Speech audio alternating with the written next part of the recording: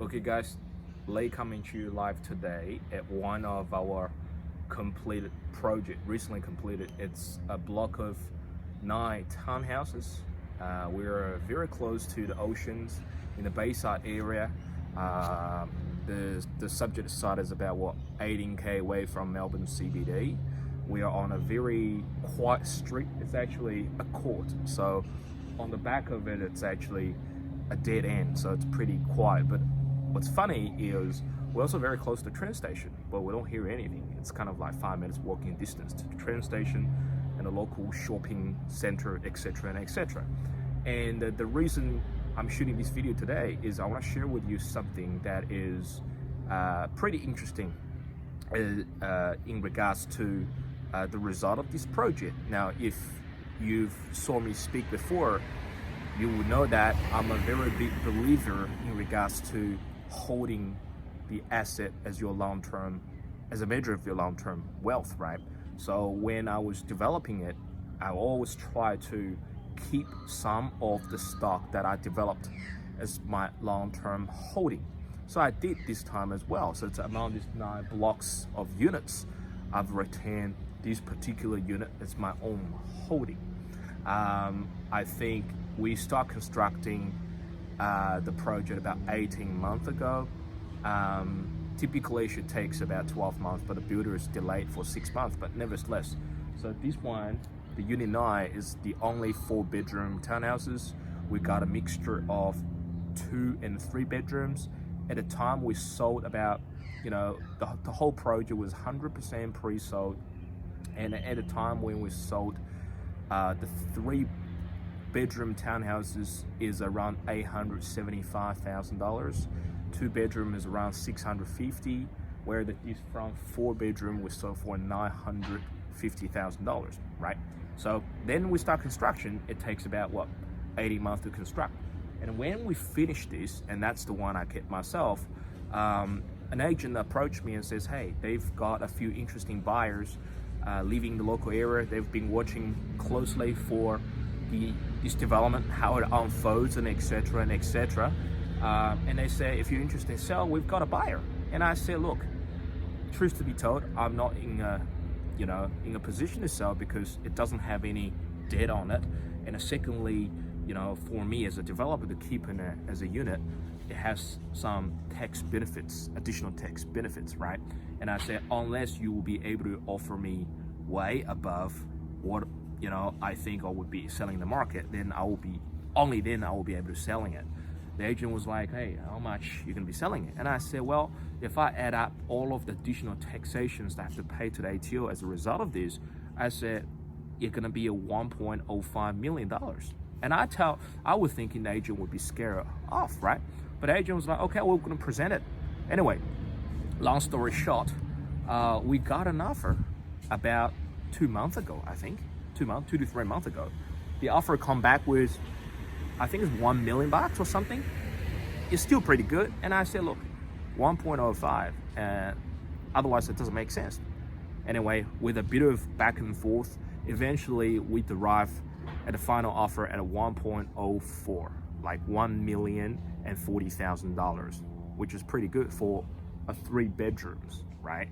And imagine this is much larger for bedrooms. 18 months ago, we sold our buyer for $950,000. And I think our man, Andy, is very, very happy. I think it's actually he's there. We might knock his door once we finish this video. I just want to share this thing to you because, if you're someone who's looking to invest in project or investing in properties, right? I will believe so that capital growth is one of the most important things that you guys care about when investing in residential property, especially when you get started. And at this stage, everyone seems to have a say about this thing about capital growth. And a lot of spruikers, what the spruikers mean, right? The fake experts try to teach you about how to invest, right? Where physically, in my experience, they don't really have too much of a actual on-the-ground experience like what we do. And what they do is they try to packaging this concept of, hey, this is an investment opportunity, this is an investment product, and then they selling to most of the investors. Well, the issue with that is not all property are created equal, and not every property is worthwhile for investment, right? And for an example, if you take a look at this development, the way we design it is purposefully designed for homeowners, not investors, right? The building itself costs us a little bit more to do, to construct, to develop.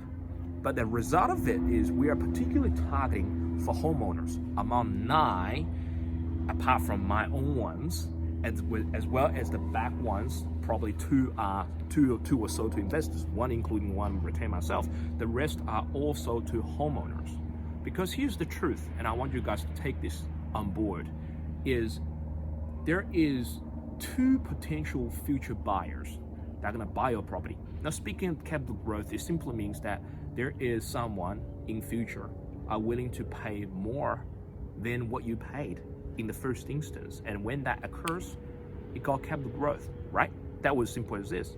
And it's important for you to think about who is that future buyer, all right? And there's 2 types of buyers.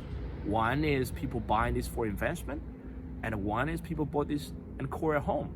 And guess which type of buyer gonna be willing to offer you more? Guess what?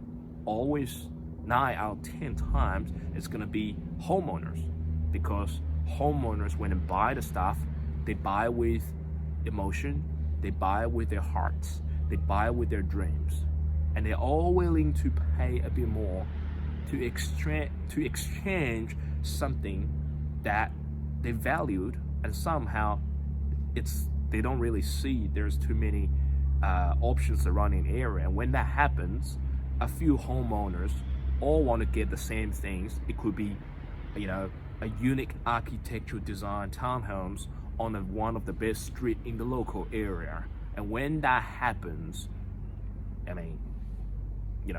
one guy want to pay X, another guy want to pay a bit more, and that when mechanism happens, it gives you the capital growth, not the other way around. I was joking with Osman, who's holding his camera on the way here, that we both also, not all the investment we bought, property we developed in the past, have this growth, right? Imagine people pay 18 months ago, you pay 865,000. I've sold my one for 1.04 million. And then, even though those ones might not have the street frontage, but it's pretty hard to argue for the valuer to justify for $150,000 of differences for a street frontage. Would you agree? So all of the buyers are very happy, especially on my man Andy. Man, this dude is about 50 square meters more, got internal size than I do, and he's paying $950,000 for the property, right? It's 4 bedrooms, and it's much more granular than this. So this guy's minimally worth about 1.15, 1.2 million, all occurred in the last 18 months, right? So, property is, the interesting thing about property is it's not 1 + 1 = 2. Sometimes if you're doing it not well, it could be 1 + 1 less than 2. If you armed the future, if you really get all of the ingredients right, it became 1 + 1 greater than 2, right? So those ingredients, including the emotional trigger, supply, demand, how we position our product differently in the area. If you take the local street, it's a really beautiful street. If you look at those townhouses, right, literally on next door, it's old brick ones, or those ones across the roads, it's all probably old stuff, or those villas like that, that's all basic stuff. But if you take a look at our development, it's just something different, fits a bit more, seaside of style, and then, it costs a little bit more to build, but compared with the growth, it does make sense for the investment, right? So I want to share this from an angle of a developer, from an angle perspective from an investor. So therefore, whoever is watching this, and if you are just getting started, want to take on your investment journey and getting a quality investment on board, always ask this question, right? It's not what you think, is if you put yourself in the shoes of future buyers, means future homeowners, are you willing to pay more for this property? Are you willing to pay a premium in exchange for the privilege of let's say a location, design, architecture features, size, whenever, or a combination of that? If the answer is yes, I think you might on the right track. If the answer is no, if the property just looks, feels just the same as the hundreds of the rest of stuff in the area, then you might be think twice. Okay, so that's something I want to share this with you. Anyway, speaking of investment opportunity, if you are someone want to get on board and finding a quality investment opportunity that is not a box ticker, that is purposefully designed for the homeowners and situated in an area that has got massive growth ahead of you, in a blue chip metropolitan area, not the typical property spruiker stuff, we've got something that you might want to take a look at. If you're interested in finding more about that, just heading to bloomhomes.com.au/invest. Don't worry, there's nothing I'm selling it to. I'm just want to pre-launching the stage 2 of our future development. If you like what you saw on the page, just scroll to the bottom of it. There's a short letter I wrote, explain to you what we can do to collaborate together to derive a conclusion that our future project could be a very quality investment, a cornerstone for your financial future, especially for the rest of you who are just getting started on your investment journey. All right, so anyway, I don't want to oversell this to you. If you're interested, heading to bloomhomes.com.au/invest. I'm looking forward to embark a new relationship with you, just like I did for the rest of my clients here. So anyway, let's signing off, and we're gonna shooting for more of those videos and taking a ride to another development, which is about 10 minutes away from here. All right, until then, I will looking forward to talk to you next time. Bye for now.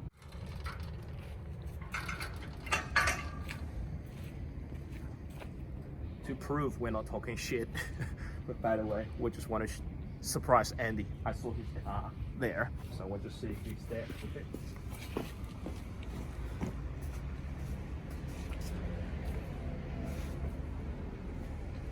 I think he's there. And he's got super good property. He's got a front yard here. It's kind of like not front yard. It's got a front yard, but also a little bit backyard here, and it's got 2 backyards, which is pretty cool. My man Andy, look at this. Andy was shooting a little videos about the capital growth for the Project Bloom. Okay. You want to come out? Yeah. I think I need to change a bit. Oh, it doesn't matter. Doesn't matter. Look, that's as raw it gets. That's all man Andy. Right, Andy paid $950 for this one. Yeah. Yeah, and then all ones I just told share with the buyers or whatever people watching this is we sold that one for 1.04 million. So minimally this thing, if you got revalued, it should be around 1.2 million. Yeah. Your size is much bigger than that. It's got a high ceilings inside of it, looks pretty amazing. But anyway, I just want to share this news with you. Anyway, Andy looks, he might be a bit nervous, like what the fuck is going on. All right. Anyway, I look forward to talk to you next time. Bye.